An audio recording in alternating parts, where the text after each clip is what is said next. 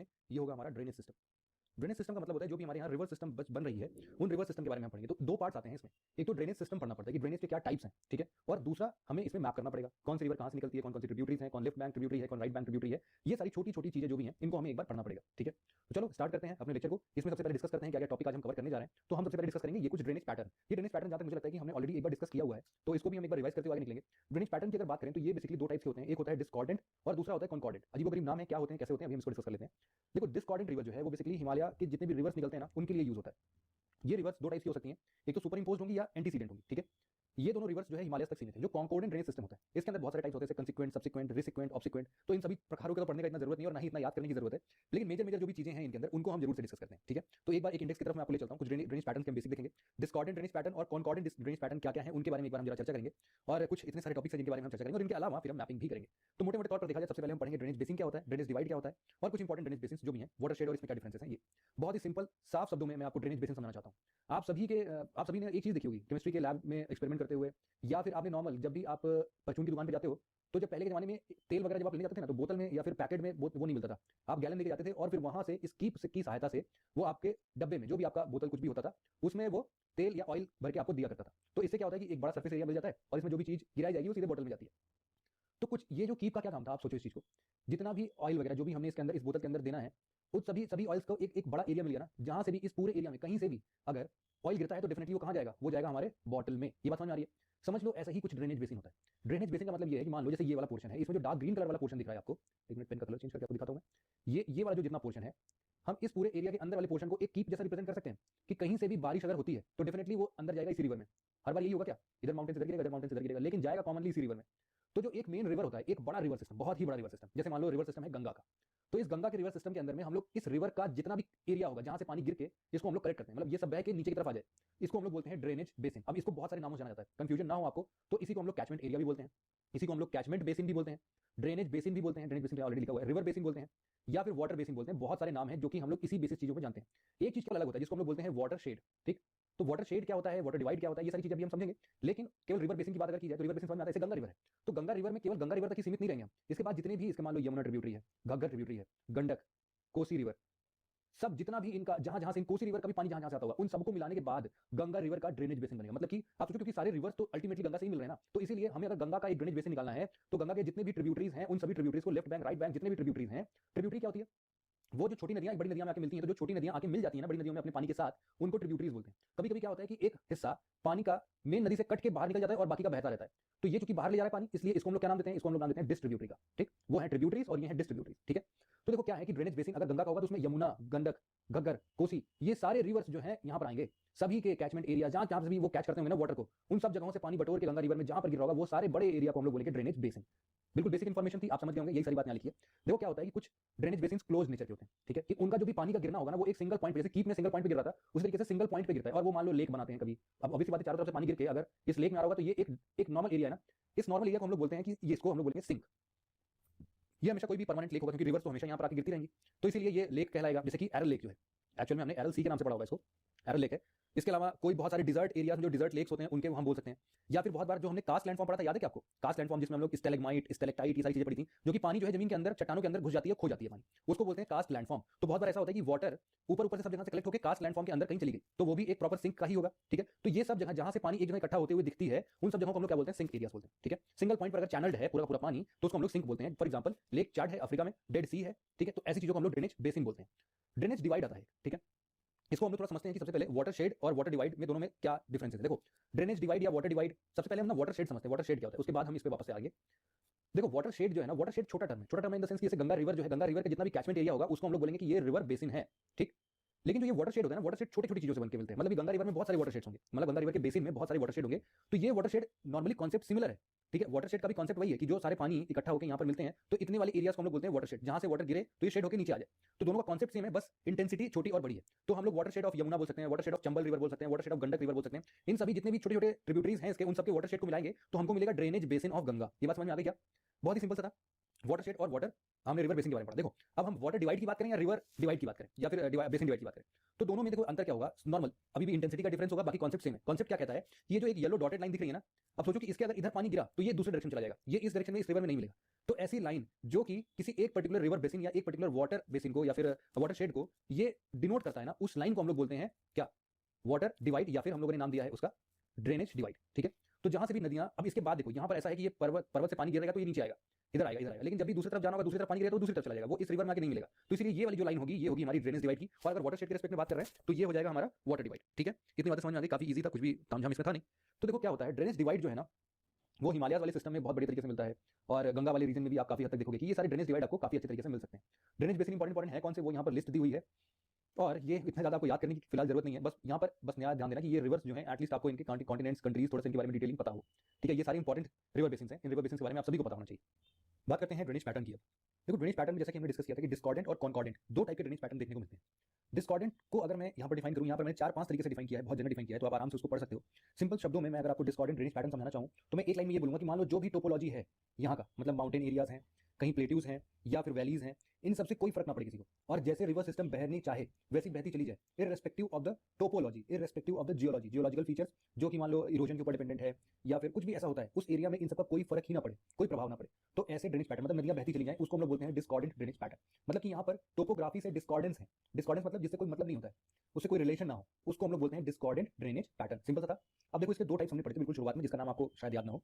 इसमें हमने पढ़े थे एक तो एंटीसीडेंट रिवर और दूसरा हमने पढ़ा था सुपर इम्पोज्ड। तो दोनों को जरा एक एक करके समझने की कोशिश करते हैं ये दोनों होते क्या हैं। देखो बात करें अगर सुपर एंटीसीडेंट की, सबसे पहले एंटीसीडेंट को ही हम लोग इनकॉन्सिक्वेंट ड्रेनेज सिस्टम भी बोलते हैं। तो रिवर का मान लो एक नॉर्मल स्लोपी सरफेस पर ऐसा कुछ बह रहा था, फिर प्लेन एरियाज में ऐसा कुछ बह रहा था, एग्जांपल के फॉर्म में हम समझते हैं चीजों को, तो ज्यादा आसानी से एंटीसीडेंट और सुपर इम्पोज समझ में आएगा। एक्चुअल में ये सारे बहुत ही डिफिकल्ट कॉन्सेप्ट, मतलब जल्दी मिलता नहीं है, समझ में नहीं आता, ऐसा कुछ होता है। मैं बिल्कुल सिंपल शब्दों में समझाने की कोशिश करता हूँ आपको। मान लो कि ये जो आपको ब्लॉक दिख रहा है ना, ये अपना इंडो ऑस्ट्रेलियन वाला ब्लॉक है, वो वाला पूरा है कॉन्टिनेंट है, और इधर से हमारे पास यूरेशियन प्लेटू है। नॉर्मली मिलियंस ऑफ साल पहले मान लो कुछ रिवर सिस्टम यहीं से बहती होंगी, ठीक है, तो इसकी वजह से मान लो कुछ बह रही है और बाद में इनके कोलिजन से यहाँ पर कुछ अपलिफ्टमेंट होती है। मान लो ऐसा कुछ सेकंड फोटो में आप देखोगे तो यहाँ पर कुछ अपलिफ्टमेंट हो गई है।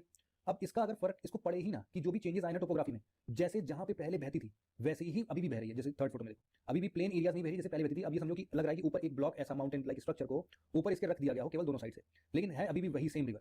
तो जितने भी हिमालय माउंटेन्स के रिवर सिस्टम है ना, वो सबके सब एंटीसीडेंट ड्रेनेज पैटर्न फॉलो करते हैं या फिर एंटीसीडेंट रिवर्स कहलाते हैं। क्यों? क्योंकि जितने भी रिवर्स हैं लाइक गंगा है, ब्रह्मपुत्र है, गंडक है, कोसी रिवर्स हैं, या फिर इसके अलावा जो भी और इंपॉर्टेंट रिवर्स हैं वो सबके सब एंटीसीडेंट रिवर है। इंडस है, सतलज है, सबके सब, ठीक है।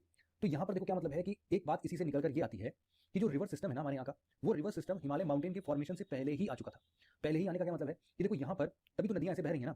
आज के टाइम पर वैलीज में जो रिवर हम देखते हैं वो रिवर पहले ही थी, और माना जाता है कि पहले ये कहाँ पर ड्रेन होती होंगी, ये ड्रेन होती थी टेथिस सी में, जो हम पढ़ रहे थे गोंडवाना लैंड और पेंजिया के बीच में जो एक सी सरफेस था, ठीक है। तो वहाँ पर नॉर्मली टेथिस सी हुआ करता था। तो टेथिस सी में ये लोग अपने ड्रेनेज पैटर्न्स को यहीं पर गिराते होंगे, लेकिन फिलहाल अभी जो है हिमालय माउंटेन बाद में बने हैं, बाद में ये उठे हैं, लेकिन ये सब एंटीसीडेंट रिवर होने के चलते कुछ भी इन लोग के ऊपर इनके पैटर्न में फर्क नहीं पड़ता है। तो इनको हम लोग क्या बोलते हैं, एंटीसीडेंट ड्रेनेज सिस्टम या फिर एंटीसीडेंट रिवर। दूसरा आता है सुपर इम्पोज, इसको हम लोग सुपर इंड्यूस्ड भी बोलते हैं और एपीजेनेटिक भी बोलते हैं। इसका क्या मतलब है, देखो यहाँ पर मतलब ना स्लोप से होता है कि जो भी शुरुआती स्लोप्स में चीजें बह रही होंगी, अगर सेम स्लोप मेंटेन हो जाए कहीं से भी, तो फिर उसके बाद उसका जो सिस्टम है वो सुपर इम्पोज कहलाता है। मतलब कि जैसे कि मैं अभी आपको एग्जांपल्स के थ्रू समझा रहा था कि हार्ड रॉक और सॉफ्ट रॉक का खेल जो है, कि मान लो यहाँ पर इसका स्लोप अगर ऐसा होगा और नॉर्मली मान लो सिंपल स्लोप में ऐसे बह रहा होगा, अब यहाँ पर कोई हार्ड रॉक आ गया, तो हार्ड रॉक के चलते कभी ऐसा नहीं होगा कि ये सिस्टम रिवर पहले ऐसे जाए और फिर ऐसे गिरे। जो स्लोप चल रहे थे ना उसी सेम स्लोप पर ही चलती रहेगी, जितना इसको मेंटेन करना था उतना ही मेंटेन रखेगी।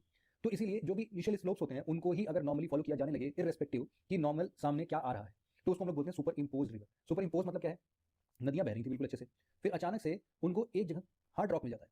अब इसके ऊपर से मतलब ये था कि या तो ये इसके ऊपर चले जाए, लेकिन इन लोग का क्या है कि जो भी स्लोप्स मेंटेन है ना वो स्लोप्स यहाँ पर भी मेंटेन होगा। मतलब कि जो स्लोप यहाँ पर है उसी को सुपर इम्पोज कर दिया इन्होंने यहाँ पर भी, तो इसीलिए इसका नाम क्या पड़ गया, सुपर इम्पोज ड्रेनेज सिस्टम। समझ में आया? ये दो टाइप्स के, दोनों को फर्क ही नहीं पड़ रहा है कि सामने इनके हार्ड रॉक है, सॉफ्ट रॉक है, ऐसा कुछ भी नहीं। देखो यूजुअली होता यूं है ना कि ड्रेनेज पैटर्न में ये सारी बहुत बात महत्वपूर्ण होती है, बहुत मतलब इनका इंपॉर्टेंस होता है इस चीज के लिए कि कैसा इनका टोपोग्राफी है। अगर माउंटेन सामने है तो ये रिवर सिस्टम से मुड़ के चली जाती है, या फिर कोई बड़ा प्लेट्यू है, कोई बड़ा चट्टान है तो रिवर उनसे मुड़ के चली जाती है, कोई इनको काटते हुए सामने की तरफ नहीं निकलता, कोई इतनी जिद्दी नहीं होता है। लेकिन जो ये है हमारे रिवर सिस्टम्स, सुपर इम्पोज और एंटीसीडेंट डिस्कॉर्डेंट रिवर सिस्टम इनको हम बोल रहे हैं, तो ये जिद्दी हैं और ये इसीलिए सीधे सीधे चलते हैं जैसा इनका मन होता है। मतलब जैसे जिस रास्ते में पहले चलते थे अपना रास्ता नहीं चेंज करते, ये कहने का मतलब है, ठीक है। इसके बाद देखो जैसे ये स्ट्रक्चर यहाँ पर मान लो कोई भी माउंटेन था ही नहीं, बाद में मान लो एक माउंटेन स्ट्रक्चर यहाँ पर ऐसे बन गया, तो ये रिवर ऐसा नहीं है कि यहाँ पर फिर ये भी उठ कैसे बहे, ये सिंपली इसको काट देगा कुछ इस तरीके से, और काटने के बाद वो अपना नॉर्मल पाथ मेंटेन करेगा। तो ऐसा कुछ होता है सुपर इम्पोज या फिर हम लोग इसको डिस्कॉर्डेंट बोलते हैं। तो इसमें देखो क्या होता है, दूसरे वर्ड्स में अगर मैं बहुत सारे भाषाओं में मतलब बहुत सारे तरीके से मैंने इसको डिफाइन किया, लेकिन सार सबका यही है कि ये डिस्कॉर्डेंस एग्जिबिट करे, मतलब कि अपने हिसाब से रास्ते को खुद चुन ले और जो भी इसके सामने में रुकावटें आती हैं इनको इसके सामने कुछ भी टिक ना पाए, सब ध्वस्त हो जाए। तो मतलब जैसा था वैसा ही वापस अगर हो जा रहा है तो उसको हम लोग डिस्कॉर्डेंट बोलते हैं। एग्जांपल के तौर पे बात करें अगर, तो अपने यहाँ की दामोदर रिवर, सुबर्णरेखा, चंबल, बनास, ये सारे रिवर सिस्टम जो है वो सुपर इंपोज रिवर सिस्टम है। इवन ईस्टर्न यूएसए में भी कुछ रिवर्स हैं, फ्रांस के सदर्न पोर्शन में कुछ रिवर्स हैं जो कि सुपर इंपोज रिवर कहलाती हैं। ठीक है, साफ शब्दों में, सिंपल शब्दों में फिर से वही बोलूंगा कि अपने टोपोग्राफी को जो फॉलो ना करे, अपने टोपोग्राफी से जो इंडिपेंडेंट हो जाए, वो डिस्कॉर्डेंट ड्रेनेज सिस्टम है। इसमें एंटीसीडेंट का भी हमने देखा और हमने सुपर इंपोज का भी नाम देखा, तो वापस से वही सारी चीजें रिपीट की गई हैं इसमें। फिर इसके बाद आता है कॉन्कॉर्डेंट ड्रेनेज पैटर्न। देखो कॉन्कॉर्डेंट ड्रेनेज पैटर्न का क्या मतलब है, अभी हम लोग देख रहे थे जिसमें टोपोग्राफी का कोई फर्क नहीं पड़ रहा था, कोई प्रभाव नहीं था। कॉन्कॉर्डेंट उसका जस्ट उल्टा, कि अगर टोपोलॉजी और जियोलॉजी का प्रभाव असर पड़ने लगे अगर रिवर के बहने वाले डायरेक्शन में, तो उसको हम लोग क्या बोलेंगे, कॉन्कॉर्डेंट ड्रेनेज पैटर्न। बहुत ईजी सा है। तो कॉन्कॉर्डेंट ड्रेनेज पैटर्न में मतलब क्या है कि जो भी रिवर का पाथ है वो हाईली डिपेंडेंट होगा कि यहाँ का टोपोग्राफी कैसा है, यहाँ का जियोलॉजी कैसा है। ठीक है, तो इसी तरीके से इसमें बहुत सारे टाइप्स आते हैं कॉन्कॉर्डेंट ड्रेनेज पैटर्न में। सबसे पहला टाइप है इसका कॉन्सिक्वेंट रिवर्स। देखो बहुत आसान है, कॉन्सिक्वेंट रिवर्स का क्या मतलब है, जो इसका सोर्स है और जो इसका माउथ है, सोर्स से माउथ की तरफ जो भी डायरेक्शन में स्लोप बने होंगे उसी स्लोप को फॉलो करते हुए ये नदी बहने लगी, मतलब स्लोप को फॉलो कर ले केवल, तो इसको ये क्या कहलाएगा, कॉन्सिक्वेंट रिवर्स। जितने भी पेनिनसुलर इंडिया में रिवर्स देखे जाते हैं सब के सब कॉन्सिक्वेंट रिवर्स ही हैं, क्योंकि आप देखो सभी के तो मैं नहीं बोलूंगा, Narmada is already an exception. तो देखो सिंपल सी बात ये है ना कि हमें पता है कि जो भी पेनिनसुलर प्लेट्यू है वो हल्का सा टिल्टेड है। टिल्टेड किस डायरेक्शन में है, वो है ईस्ट डायरेक्शन में, या फिर हम और अच्छे से बोले साउथ ईस्ट डायरेक्शन में टिल्टेड है। तो सारी नदियां आप देखोगे बह बह के सब बे ऑफ बंगाल में ही गिरती हैं। क्यों, जितने भी वेस्टर्न घाट वाले हैं, वेस्टर्न घाट के अगर इधर बही तो फिर सीधे कहाँ गिरती हैं, सबके सब इधर साइड गिरती हैं। तो क्यों, क्योंकि स्लोप ऐसा मेंटेन है। तो कॉन्सिक्वेंट रिवर्स बोलेंगे उनको हम लोग, जो स्लोप को फॉलो करते हैं। फॉर एग्जांपल गोदावरी, कृष्णा, कावेरी, ये सारी नदियां हैं। ठीक है, इतनी बात समझ में आ गई। अब जो अगला है वो है सब्सिक्वेंट। देखो कॉन्सिक्वेंट मतलब क्या होता है कि वो किसी पर्टिकुलर स्लोप को फॉलो करता है। जब एक बार स्लोप को फॉलो करने वाली नदियां बन गई, ठीक है, उसने अपना रास्ता बना लिया, उसके बाद आता है सब्सिक्वेंट रिवर्स का काम। बाद में बनती हैं ये सब, पहले एक बार कॉन्सिक्वेंट रिवर्स बन जाती हैं और फिर उसी कॉन्सिक्वेंट में मान लो कि कहीं से इरोजन वगैरह मिलता है और उस इरोजन पे कोई और वाटर का फ्लो बन जाता है, तो उन सिस्टम्स को हम लोग क्या बोलते हैं, हम लोग बोलते हैं उनको सब्सिक्वेंट। ठीक है, सब्सिक्वेंट या फिर हम लोग उनको कॉन्सिक्वेंट रिवर भी बोलते हैं। देखो क्या होता है, जैसे कि tributary stream that is eroded along an underlying belt of non-resistant rock after the main drainage pattern has established is known as subsequent river. तो कॉन्सिक्वेंट रिवर तो हमने देखा अभी क्या बोलते हैं, कॉन्सिक्वेंट रिवर तो ये हो गया। अब सब्सिक्वेंट रिवर क्या होगा कि जब एक बार यहाँ पर लिखा हुआ जैसे कि जो भी ट्रिब्यूटरी स्ट्रीम्स हैं अगर उन्होंने इरोड किया है उसी बेल्ट को जो कि रेसिस्टेंट नहीं था, तो इस केस में जो नॉन रेसिस्टेंट होगा तो वहां से काट काट के लोग निकल लेंगे, अपने अपने रास्ते बना लेंगे। तो इन सबके चलते जो भी बाद में रिवर सिस्टम बनते हैं, मान लो सबसे इंपॉर्टेंट इसको आप यमुना कंसीडर करो, और ये छोटे छोटे नदियां हैं इनको आप लोग सिंध, केन, बेटवा, चंबल, टोन्स ऐसी नदियों को कंसीडर करोगे, तो जो ये चंबल, सिंध, केन, बेटवा, टोन्स ये सारी नदियां हैं ये सब सब्सिक्वेंट रिवर कहलाएंगी। किसकी, मेन रिवर्स यमुना की। ठीक है, तो इस हिसाब से ओरिजिनल स्ट्रीम के जो भी छोटे छोटे ट्रिब्यूटरीज होते हैं उनके रेस्पेक्ट में हम लोग सब्सिक्वेंट रिवर ड्राइव करेंगे। फिर आता है डेंड्राइटिक पैटर्न, जिसको हम लोग पिन्नेट पैटर्न भी बोलते हैं। अब यहाँ पे डेंड्राइटिक पैटर्न जो है वो एक्सॉन वाला आपको याद होगा, मैंने सब चीजों को पहले भी पढ़ाया हुआ है। तो एक्सॉन जो भी होते हैं, चलो एक्सॉन से नहीं पढ़ाता हूँ, सिंपल ये जो ब्रांच लाइक स्ट्रक्चर है ना, ट्री शेप, इसको हम लोग बोलते हैं डेंड्राइटिक। इसके अलग अलग डेंड्राइट्स निकले होते हैं, जैसे वैसा कुछ स्ट्रक्चर बनता है। ये सिंपल क्या करता है कि ब्रांच आउट करता है चीजों को, मतलब कि ऐसा प्रतीत होता है कि ट्री जैसा कुछ स्ट्रक्चर, यहाँ पे पत्तियां वगैरह लगा देंगे हम लोग तो ट्री जैसा दिखेगा। तो ये है हमारा डेंड्राइटिक पैटर्न, जो भी इंडस रिवर है, गोदावरी, महानदी, कावेरी, कृष्णा सब ऐसे ही। इसके बाद देखो आता है ट्रेलिस ड्रेनेज पैटर्न। ट्रेलिस का क्या मतलब होता है, जो भी इसके सब्सिक्वेंट ड्रेनेज है, मतलब जो भी इसके सब्सिक्वेंट रिवर्स हैं, वो सब्सिक्वेंट स्ट्रीम्स इसके राइट एंगल पे मिलते हैं, यहाँ से यहाँ से यहाँ से, या फिर इधर नदी से मिलते हैं, यहाँ से मिल गए, तो ये हमेशा राइट एंगल पर अगर बना के मिल रहे हैं हर बार, तो इनको बोलते हैं ट्रेलिस ड्रेनेज पैटर्न। एग्जाम्पल इसका सिंघभूम डिस्ट्रिक्ट है हमारा, छोटा नागपुर प्लेट्यू के अंदर, तो वहाँ पर कुछ ओल्ड फोल्ड माउंटेन्स है, वहाँ से जो नदियाँ निकलती हैं वो ट्रेलिस ड्रेनेज पैटर्न बनाती हैं। और इवन पेरिस के अंदर हमने सीन रिवर पढ़ा था, जो सीन रिवर है उसकी सारी ट्रिब्यूटरीज जो है वो ट्रेलिस पैटर्न बनाती है। ठीक है, इसके अलावा अगला आता है एंगुलर ड्रेनेज पैटर्न। सिंपल है कि अगर एक्यूट एंगल्स पे नदियां मिलना स्टार्ट कर देती हैं अगर, तो ये सारे मतलब कि जो 90 डिग्री से कम हो, तो सारे जितने भी एक्यूट एंगल्स पर अलग अलग डायरेक्शन में नदियां मिलने लगती हैं, तो उसको हम लोग बोलते हैं एंगुलर। और हिमालयन फुटहिल के पास आपको ऐसा बहुत सारा देखने को मिलेगा। अगला आता है रेक्टेंगुलर ड्रेनेज पैटर्न। सिंपल सा मतलब होता है कि रिवर अपने कोर्सेस को रेक्टेंगुलरली 90 डिग्री पर चेंज करता है हर बार। ठीक, तो इसको सिस्टम को हम लोग बोलते हैं रेक्टेंगुलर ड्रेनेज पैटर्न। एग्जांपल है यूएसए का जो कोलोराडो रिवर है, वो इसका बहुत ही बड़ा एग्जांपल है। और इवन कुछ स्ट्रीम्स जो है वो विंध्या माउंटेन के पास में पाई जाती है, जो कि रेक्टेंगुलर ड्रेनेज पैटर्न को दर्शाती है। इसके अलावा रेडियल ड्रेनेज पैटर्न, तो इसमें क्या होता है कि एक बीच में बड़ा सा हिल टाइप का कुछ रीजन होता है और फिर सारी नदियां इसके चारों तरफ फिर ऐसे गिरते हुए नजर आती हैं। तो ऐसी चीजों को रेडियली जब डिस्ट्रीब्यूट होती है ना, तो इसको हम लोग बोलते हैं रेडियल ड्रेनेज पैटर्न। याद रहे कि यहाँ पर बीच में एक कुछ पीक लाइक स्ट्रक्चर है और इसके फिर इर्द गिर्द नदियां नीचे की तरफ बहती हैं और सब तरफ बहती हैं। ठीक, तो काठियावाड़ पेनिनसुला में हमने पढ़ा था इसको, या फिर अमरकंटक प्लेट्यू में देखा था। तो ऐसे बहुत सारी एग्जांपल। इसके अलावा सौराष्ट्र में कुछ स्ट्रीम्स है, फ्रेंच प्लेट्यू है, किलिमंजारो माउंटेन जो है, कहाँ है किलिमंजारो, याद है क्या, अफ्रीका में पढ़ा था कि आपने किलिमंजारो, याद है कुछ, वापस से रिवाइज करने की जरूरत है जिनको नहीं याद आ रहा है। तो ये सारी बातें। इसके बाद रेडियल ड्रेनेज पैटर्न हो गया। ठीक है, अमरकंटक प्लेट्यू जो है वो कहाँ है, अमरकंटक माउंटेन का जैसे मैंने बताया कि वो भी रेडियल ड्रेनेज पैटर्न ही बताया। तो नर्मदा, सोन रिवर्स वहाँ से ये सब निकलती हैं वहाँ पे, तो इसीलिए अमरकंटक प्लेट्यू भी लगभग वही। अच्छा, इससे याद है कि अमरकंटक का मुझे आपको बताना भी था। देखो क्या है कि सतपुरा रेंज का जो सबसे लास्ट वाला हिल है ना, मैकाल हिल्स, मैकाल रेंज जिसको हम लोग बोल रहे थे, उसी का एक्सटेंशन है ये प्लेट्यू। तो है तो ये सतपुरा रेंज का। ठीक है, तो जो मैंने लास्ट लेक्चर में अगर आपको ये बताया होगा और आपने ये समझा होगा कि ये विंध्यास रेंज का एक पोर्शन है अमरकंटक प्लेट्यू, तो वो गलत है। ये नॉर्मली यही कि जो भी सिस्टम चल रहा है अपना सतपुरा वाला अलग अलग, यहाँ पर बेतुल प्लेट्यू हो गया, फिर आगे बढ़े तो मैकाल आ गया। तो मैकाल प्लेट्यू के जस्ट ऊपर साइड में ये एक्सटेंशन है इसका अमरकंटक माउंटेन का। बहुत सारी नदियां इससे निकलती हैं, तो नर्मदा भी अमरकंटक प्लेट्यू से ही निकलता है। तो अमरकंटक प्लेट्यू में नर्मदा, सोन ये सारे रिवर्स हैं जो कि रेडियल ड्रेनेज पैटर्न दिखाते हैं। इसके अलावा आप जब गिरनार हिल्स की बात करते हो, गिरनार हिल्स आपका वही काठियावाड़ वाला गुजरात में जो देख रहे थे, गिर फॉरेस्ट लॉइन वाला जो फेमस था वो देख रहे थे ना, तो ये जो गिरनार हिल्स था वहाँ पर भी रेडियल ड्रेनेज पैटर्न जैसे मैंने आपको बताया। और इवन जब हम असम की बात करें तो असम में हमने एक मिकिर रेंज पढ़ा था। ठीक है, मिकिर हिल्स, तो मिकिर हिल्स जो है वहाँ पर भी आपको यही देखने को मिलेगा, रेडियल ड्रेनेज पैटर्न। इसके बाद आता है एनुलर ड्रेनेज पैटर्न।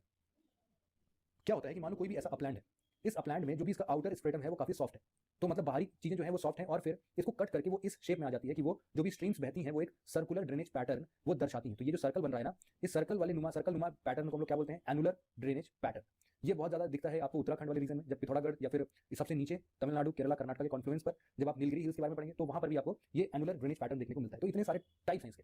फिर एक आता है पैरेलल। पैरेलल मतलब सारे के सारे जितने भी रिवर स्ट्रीम्स हैं वो सबके सब पैरेलली कनेक्ट होते हैं, सॉरी इधर बनाना था मुझे, तो इस डायरेक्शन में कनेक्ट होते हुए सब एक डायरेक्शन में बहते हैं, तो इसको क्या बोलते हैं हम लोग, पैरेलल ड्रेनेज पैटर्न। तो जो भी लेसर हिमालय से रिवर्स निकलती हैं तो वो सब स्विफ्टली जब तक अरेबियन सी मिलती है तो बहुत सारे जैसे गंगा और यमुना आपस में क्या है, पैरेलल है कुछ देर तक, तो पैरेलल ड्रेनेज पैटर्न होगा। फिर इसके बाद एक आता है सेंट्रीपिटल ड्रेनेज पैटर्न।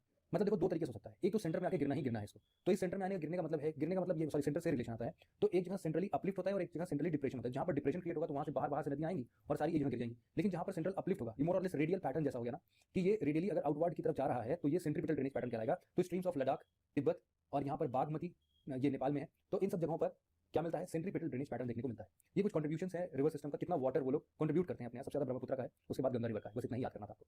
इसके बाद क्लासिफिकेशन की बात करते हैं। ड्रेनेज सिस्टम का इंडिया में क्या क्लासिफिकेशन है, तो based upon the size of catchment area पे हम बात कर सकते हैं, उनके ओरिजिन पे बात कर सकते हैं, क्या ड्रेनेज सिस्टम वो फॉलो कर रहे हैं उन पे बात कर सकते हैं, सी के साथ कौन कौन से ओरिएंटेशन में है, और फिर लोब साइडेड डिस्ट्रीब्यूशन कैसा है उनका, तो इन सब बेसिस पर बात करते हैं। सबसे पहले बेस्ड अपॉन द ओरिजिन। तो देखो बेस्ड अपॉन द ओरिजिन या तो हिमालय ओरिजिन होगा या फिर पेनिनसुलर रिवर्स में ओरिजिनेट होगी, मतलब पेनिनसुलर इंडिया में ये सब मिलेंगे। तो जो भी हिमालय है जैसा कि हमने बात किया, एक तो एंटीसीडेंट होगी या फिर नॉन एंटीसीडेंट होगी, ठीक है, एंटीसीडेंट या सुपर इम्पोज कुछ भी दोनों कर लो इसको यहाँ पर। और यहाँ पर नॉन एंटीसीडेंट जो भी यंगर नेचर की है, हिमालय के बाद आई है जो रिवर्स, वो नॉन एंटीसीडेंट है, जो कि हिमालयन रिवर्स में है, वो नहीं काट पाती चट्टानों को, उनको वैली वैली से बहना पड़ता है। दूसरा पेनिनसुलर रिवर में एक ईस्ट फ्लोइंग आता है और एक वेस्ट फ्लोइंग आता है। तो डिपेंडिंग अपॉन द ओरिजिन हम देखते हैं इन सभी रिवर्स को, ठीक है, कि वेस्टर्न घाट से निकले कि हिमालय से निकले, कहाँ से निकले, ओरिजिनेट कहाँ से। तो हिमालय और पेनिनसुलर में अगर थोड़ा सा डिफरेंस करें तो ये एलुवियल चैनल्स होते हैं, और यहाँ पर लोअर पार्ट में एलुवियल चैनल्स देखने को मिलता है, ऊपर जो है बेडरॉक चैनल होते हैं। इसके अलावा ये अपने मेच्योरिटी के टाइम पर शुरुआती दिनों में क्या होता है, जब ये यंग होता है तो ये अपनी वेलोसिटी से बहुत सारी चीज़ों को काटते पीटते हुए निकल जाता है, मतलब वॉल्यूम जो है इसका कम नहीं होता है। लेकिन पेनिनसुलर इंडिया क्या है कि सॉरी पेनिनसुलर जो रीजन है, पेनिनसुलर रिवर्स है, उनका जो वॉल्यूम वेलोसिटी ट्रांसपोर्ट जो है वो बहुत ही कम होता है। फिर जितना साल भर में डिस्चार्ज होता है वो काफी ज्यादा होता है। यहाँ पर पूरा पानी जो है वो मानसून रीजन में ही देखने को मिलता है, मोर और लेस सितंबर अक्टूबर इन सब मंथ में। इसके अलावा ये रिवर पेरेनियल होती हैं, ये रिवर सीजनल होती हैं, समर के टाइम पर सूख जाती हैं पेनिनसुलर रिवर। फिर these rivers cause much erosion and have great flow of water, जैसा कि हमने डिस्कस किया, और यहाँ पर जो फ्लो है वाटर का वो उतना तेज नहीं है, इसीलिए ये नदियां मियांडरिंग करती हैं और ये स्ट्रेट पाथ अपनाती हैं। जो भी रिवर सिस्टम ओरिजिनेट हो रहा है हिमालयाज में वो हिमालयन रिवर कहलाएंगी, और जो भी पेनिनसुलर इंडिया में प्लेटू वाले रीजन में जो ओरिजिनेट हो रहा है उनको हम लोग पेनिनसुलर बेसिन बोलते हैं। ये रिवर्स बहुत ही बड़े लेवल पर फिनिश करती हैं चीज़ों को, ये छोटे डायरेक्शन में ही बे ऑफ बंगाल से मिल जाती हैं। और गंगा, इंडस, ब्रह्मपुत्र ये सारे हिमालयन रिवर्स हैं। इसके अलावा नर्मदा, तापी, महानदी, गोदावरी ये सारे कहाँ के हैं, इस प्लेटू के। तो इसीलिए फिलहाल एक जैसे ये अगला आता है कि टाइप ऑफ ड्रेनेज के बेसिस पर 4 ग्रुप में डिवाइड होता है। पहला हिमालयन रिवर, दूसरा डेक्कन रिवर, तीसरा कोस्टल रिवर जो कि सी में ड्रेन करता है, और एक आता है इनलैंड ड्रेनेज बेसिन। तो इनलैंड ड्रेनेज बेसिन एक अपना हिसाब किताब है ड्रेनेज पैटर्न का। तो क्या होता है, हिमालयन रिवर्स हमने पढ़ रखा है, डेक्कन रिवर्स भी हमने मोर और लेस अभी अब हम देख लेंगे। कोस्टल रिवर्स का क्या मतलब है, जो कि कोस्ट के पास जाती है, जैसे कि जुआरी रिवर है गोवा में, ठीक, तो जुआरी रिवर जो है वो कोस्टल रिवर्स बन के मिलती है कोस्टल रीजन में। फिर रिवर्स जो है वो इनलैंड ड्रेनेज बेसिन के हैं, मतलब इंडोर-हुइक बेसिन के हैं। तो इसका मतलब है कि अंदर ही अंदर वो खो जाते हैं, जैसे कि सांभर वेस्टर्न राजस्थान में है। इसके अलावा जैसे मान लो लूनी रिवर है, इसके अलावा रन ऑफ कच्छ में से लूनी रिवर खो जाती है अपने आप में। तो ये सारे जो है ना वो बनाएंगे कौन सा टाइप ऑफ ड्रेनेज के बेसिस पर हम बताते हैं कि ड्रेनेज का उनका क्या टाइप है और उसके किस आधार पर, ये 4 फैक्टर्स दिए हुए हैं, इनके आधार पर हम चीज़ों को डिफाइन करेंगे। फिर based upon the orientation to the sea, तो बे ऑफ बंगाल ड्रेनेज होगा या तो अरेबियन सी ड्रेनेज होगा। तो जितना भी बे ऑफ बंगाल है वो ईस्ट फ्लोइंग रिवर्स होंगे, जो अरेबियन सी हैं वो होंगे वेस्ट फ्लोइंग रिवर्स। तो इसके अलावा नर्मदा और ताप्ती 2 रिवर्स हैं जो कि वेस्ट फ्लो करती हैं। इनके अलावा और भी बहुत सारी रिवर्स हैं जिनके बारे में आज हम पढ़ेंगे जो कि वेस्ट फ्लोइंग रहती हैं। यहाँ पर वापस से कुछ नॉर्मल सा डिफरेंस दिया हुआ है, इसको आप आराम से स्लाइड पॉज करके पढ़ सकते हो।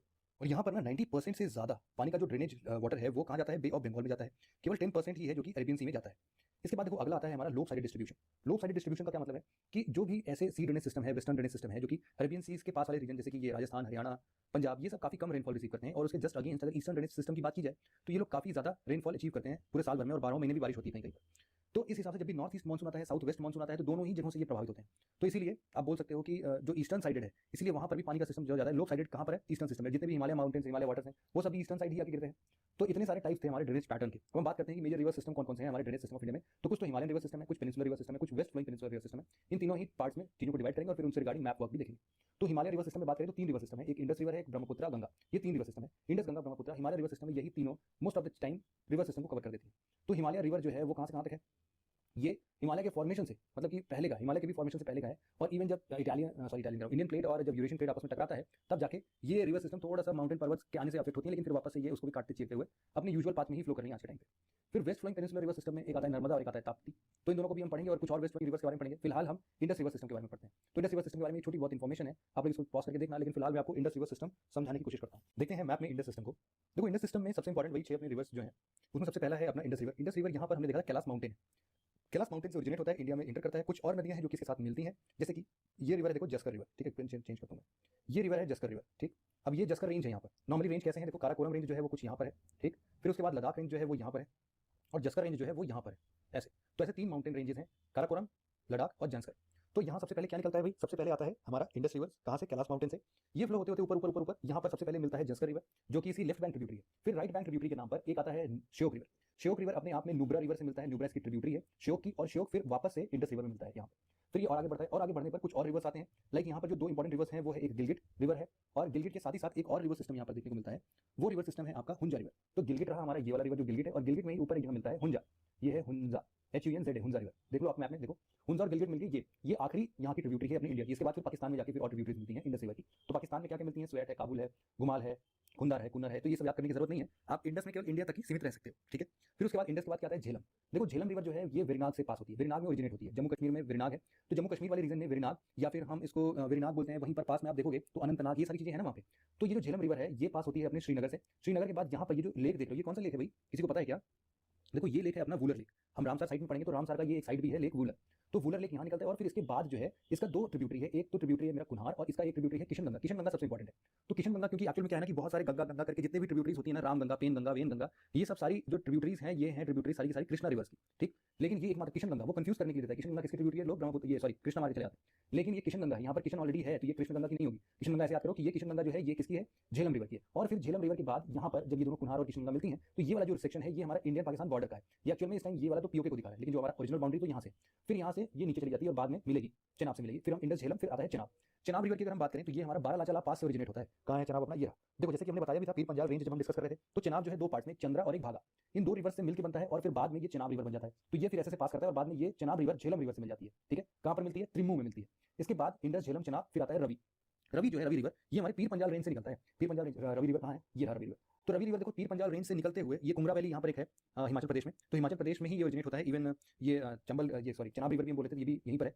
तो चेनाब, रवि और ब्यास, ये 3 नदियां जो है ना बीच ही, वो सबके सब हिमाचल प्रदेश से ही निकलते हैं। तो ये जो है कौन से रेंज में मिलता है, पीर पंजाल रेंज, कुमरा वैली है एक, वहां से निकलता है, ठीक है। Kangra valley, sorry Kangra valley है, तो वहां से रवि निकलता है। और ये किससे मिलता है, इंडस और झेलम और चेनाब जो है आपस में मिलकर चेनाब रिवर ही बनाती है। फिर चेनाब और रवि आपस में मिलती है, ठीक है। तो फिर आगे तब भी चेनाब ही चलता है, सबसे डोमिनेंट रिवर है इन सब में चेनाब रिवर ही। कोई भी नदियां आगे मिल जाएंगी लेकिन रहेगा वो चेनाब ही।